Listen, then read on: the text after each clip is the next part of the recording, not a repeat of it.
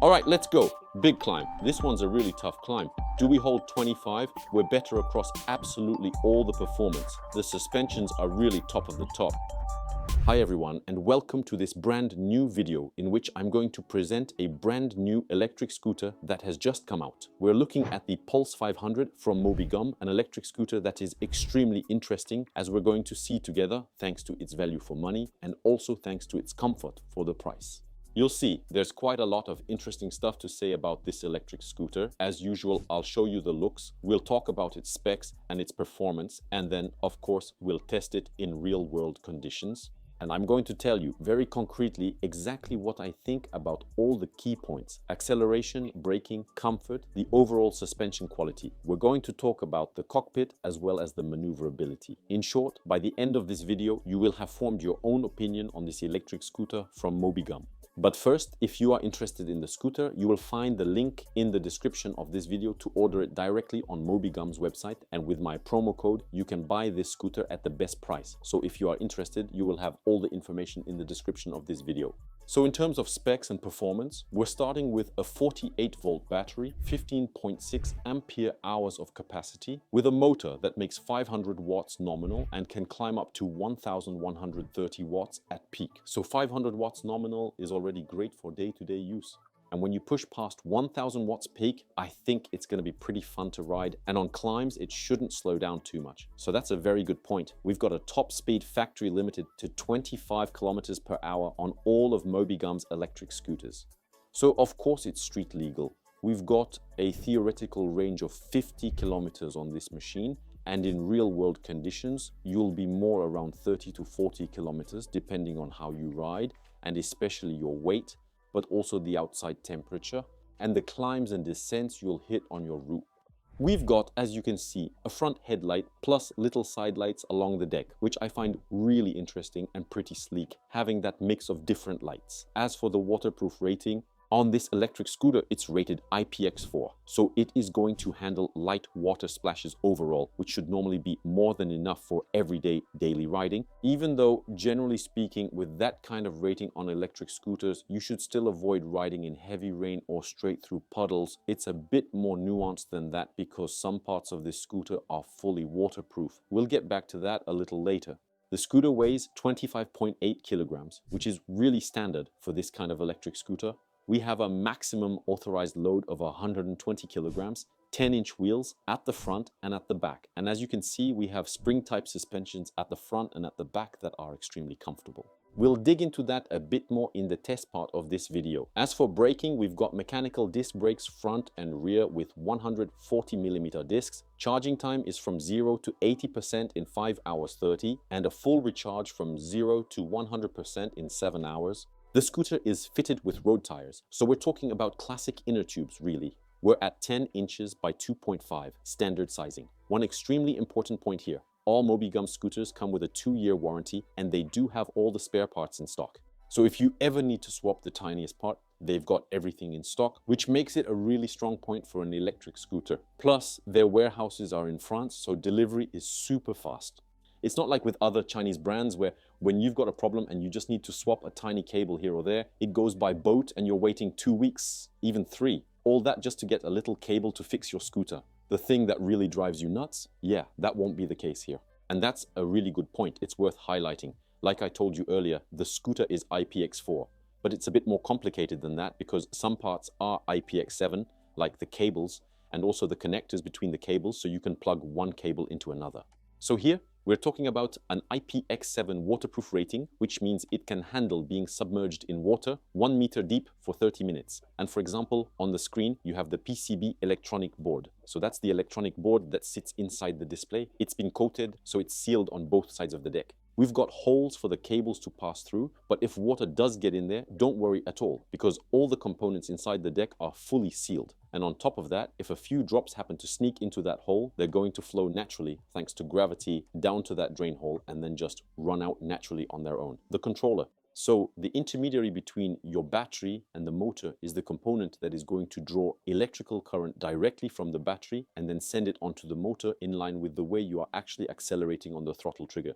So this part was cast directly into resin, which is really going to help with heat dissipation. That means it cuts down on heat buildup because the heat is going to spread out and dissipate, and on top of that, it makes the whole thing completely waterproof. The controllers on the Pulse 350 and the Pulse 500 are IPX7, so they can be submerged in water at 1 meter depth for 30 minutes with no problem. And right before I show you how to de-restrict this electric scooter, I invite you to like this video and subscribe to my YouTube channel. It's super important. So thanks to everyone who does. And by the way, if you're looking for an electric scooter, don't hesitate to download the list of the best electric scooters on the market. The link will be in the description, and you can also make use of the ultimate search engine for electric scooters, with which you can clearly set every single criterion you want, specifically on an electric scooter. And then afterwards, it will display only the electric scooters that fully meet all your criteria. It's obviously completely free, and the links are down in the description. So to de-restrict this electric scooter for riding on private land, it's actually pretty simple. You just need to unscrew the 4 screws that are right here. Right here, you're going to have the controller right there, and you're going to see a blue wire. And basically, all you need to do is cut that blue wire, and then the scooter is going to be de-restricted, and you'll be able to reach 45 kilometers per hour, obviously strictly on private property. On paper, this scooter, I really like it. Now, we're going to go try it out in real-world conditions. Okay, let's kick off the test of the Pulse 500 from MOBYGUM, alright? And my very first feeling here is really the power, because I just finished testing the Pulse 350 from MOBYGUM. So, the same model, but in a 36-volt version. 350 watts of power, exactly. Here, you can immediately feel we've got a lot more power, a lot more. So it's on another level, clearly. Alright, I'm going to raise the handlebar to the max. So I'm 1.80 meters, and it's very comfortable. Very, very good. Now, for those who've already seen the video on the Pulse 350, I might repeat myself a lot on everything comfort related because we've got the same suspensions, the same frame, the same handlebar. Overall, it's basically the same scooter as the Pulse 350. The only things that really change are the battery motor controller trio, with a battery that is sending more amps, that runs at higher voltage, and that offers more capacity, plus a controller that can deliver more amps, so you get noticeably better, smoother acceleration. And of course, a better motor, both in nominal power and in peak power plainly. So we're better across absolutely all performance across the board. Braking stays the same, but it's really very good. So that's genuinely good news. And the suspension too, it's exactly the same thing. But since the Pulse 350 was already a great base, you don't change a winning team. So yeah, the machine is a bit pricier. And really where you're going to gain is mainly in acceleration and top speed when it's de-restricted on private land. Because with this machine you can go up to 45 kilometers per hour. So here we're really looking at performance like other electric scooters, around 450 to 550 euro, but we've got very good suspension and good acceleration. I think we'll hold 25 kilometers per hour on bigger hills, and that is very, very positive for daily use. The rear suspension is really truly top of the line back here. Up front, it's one of its strong points. Like I said in the previous video, what worried me about this machine before testing it was the quality of the stem and the overall riding feel. Up at the cockpit, I was honestly afraid we'd be dealing with something kind of meh, kind of low end. And in the end, not at all, really not actually. Even if the stem looks like what you see on cheaper scooters, that is simply not the case here, not at all. Thanks to its design, you get a column that's genuinely just perfect, with zero play, very precise and height adjustable to the centimeter. And honestly, that's not something I usually like at all. But on this scooter, they actually managed to make an adjustable handlebar with zero play, one that really doesn't twist right or left when you put a bit of force on it. So that's worth pointing out, clearly. And if you were a bit worried like me about the stem, let me reassure you, no issue at all. It's a very solid stem and a very good handlebar. Here on this little incline, we're holding 25 kilometers per hour, so that's nice. We're going to take the very same route I did with the Pulse 350, so that you can quite simply compare the power and the speed we're able to keep up on the hills, especially with my mass of 80 kilograms. And the speed bumps, we're taking them perfectly, nice and smooth, thanks to the suspensions. We've clearly got really good suspension on this machine. Yeah, that's very satisfying. That's honestly the downside on entry-level machines in general. It's very rare to get good suspension. Here, we're spot on. Alright, so here on this hill, are we holding 25? We're holding 25 with my 80 kilogram weight on the climb. Not a huge hill, but a solid one all the same. Now that is good performance. You can feel the machine only wants one thing, for us to send it to 45 kilometers per hour on private land. You can really feel it when you hit 25 kilometers per hour, it cuts the throttle. Just cuts it so you don't go over 25. Let's see if there's any motor brake. There is, but it's not huge either, because we still climb up to 31 kilometers per hour going downhill. 32, but there is still engine braking. Look, we'll brake with just the rear. It really does brake very well. Now we're going to do a mixed front and rear stop. You're going to see the braking is really very good. We're going to brake right at the line, right here.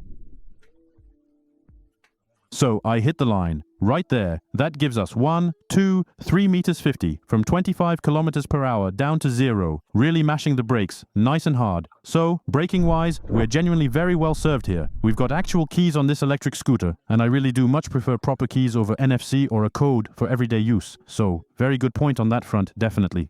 Also, the engine brake slows you a bit, but not too much on descents either. That really depends on the person. I prefer when it does not slow too much, because when you are in a huge downhill and you are at 27 kilometers per hour, I find it kind of boring, honestly. So it's nice to hit 35 kilometers per hour when you've got huge downhills. And this machine can do it. Right, let's go. This machine, we're gonna rough it up a bit. We're gonna take all the downhills we just did earlier. We're gonna take them again the other way.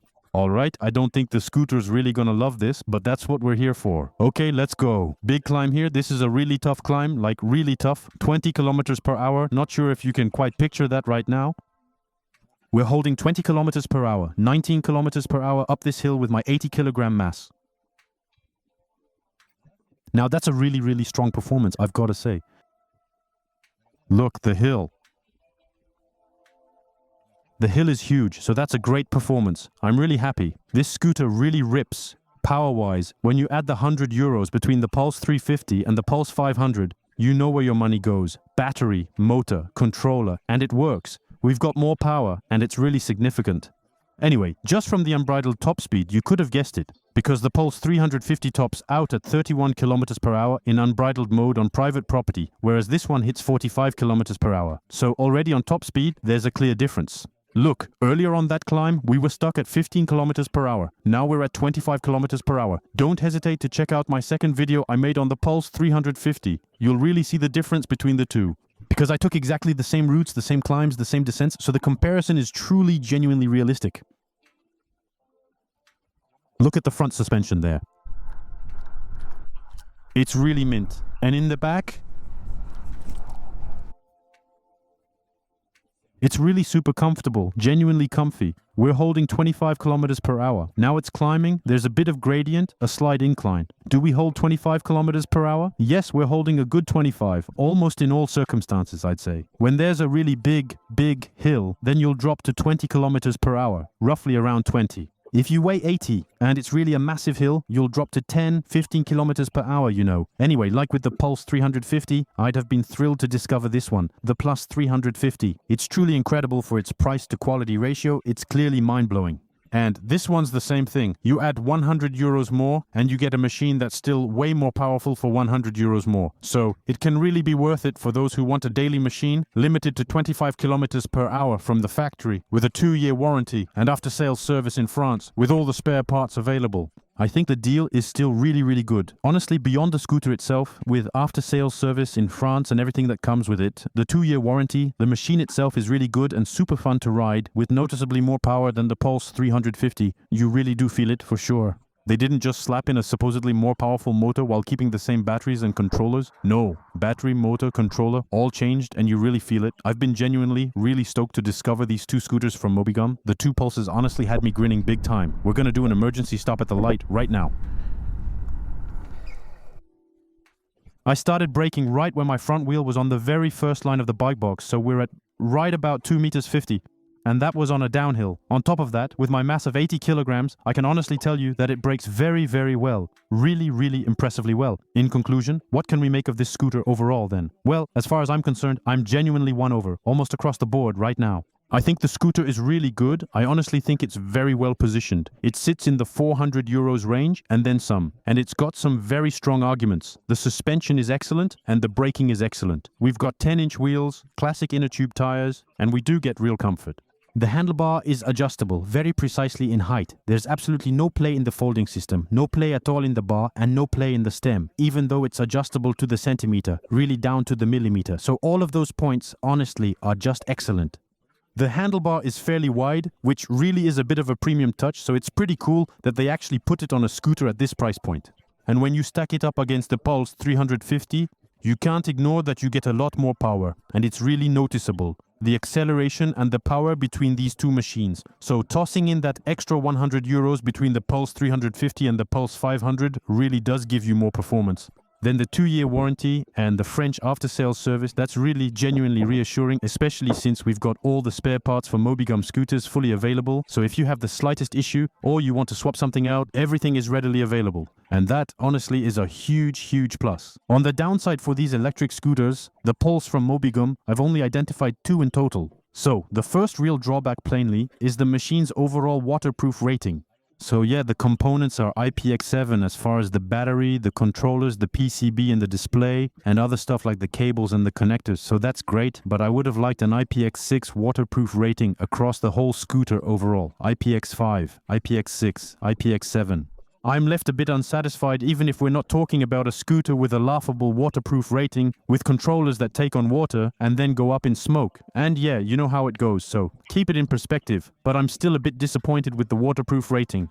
The scooters would really have been the only ones on the market offering all that performance, and with an IPX5, even IPX6, waterproof rating. So yeah, that's not the case here, and I find that a bit of a shame. It would have been really 100%. So that's the small drawback. And then, some will say it's a detail, some will say it's annoying. Me, I prefer to point it out. You make up your own mind. We don't have a stop in the handlebar, so you can do a full 360 when you turn it. And that, same, I think it's a small detail, that's a bit of a shame. I like having stops on the bars to carry the scooter, for example. Or quite simply, if you take a spill and the bar drops to the ground so it does not do a full 360 and rip the cables. So there is a stop to really prevent the cables from being torn out or getting damaged, plain and simple. Aside from those 2 points, yeah, we can always nitpick the trigger. We could put a 300X, a thumb-style trigger. Why not? Yeah, I prefer thumb-style triggers, so if we had to tweak it further on the details, I'd have preferred a thumb-style trigger, so a 300X, but that's a matter of taste. And then, what else can we really say about the downsides? Honestly, not much at all. So it's a scooter I can highly recommend, and I do so confidently. The Pulse 350, the price-to-quality ratio is truly exceptional, especially when you take the 2-year warranty into account. We're at the very top of the top in the electric scooter market. Right now, we've got really strong braking, excellent suspension, and great comfort. The handlebar is height adjustable to the centimeter. In short, this electric scooter is a real success for me. And to make them even more incredible, I just say they really should improve the waterproofing and then switch over to a thumb-style throttle and add a proper stop, and then the scooter would honestly be right at the very top of the top. Then, you could say it would have been nicer to have LEDs on either side of the deck, for example, but that'd really be nitpicking, just looking for something to fault. Overall, these machines are very good, and I really do recommend them. So if you're interested, I'm going to drop the link right in this video's description, plus my little promo code, so you can get the very best price. You'll find all the links in the description. If you're interested in the scooters from MOBYGUM, they're covered for 2 full years, with after-sale service in France and all the spare parts available. If you like the video, make sure to like it and subscribe. It's extremely important, so thanks to everyone who does. And if you're looking for an electric scooter, do feel free to download the list of the very best electric scooters on the market, sorted by price range, and also check out the ultimate search engine for electric scooters. All the links are in this video's description, and of course it is absolutely free. On that note, see you in a sec in the next video on screen, and for the others, see you very soon. This was Rafter. Bye bye.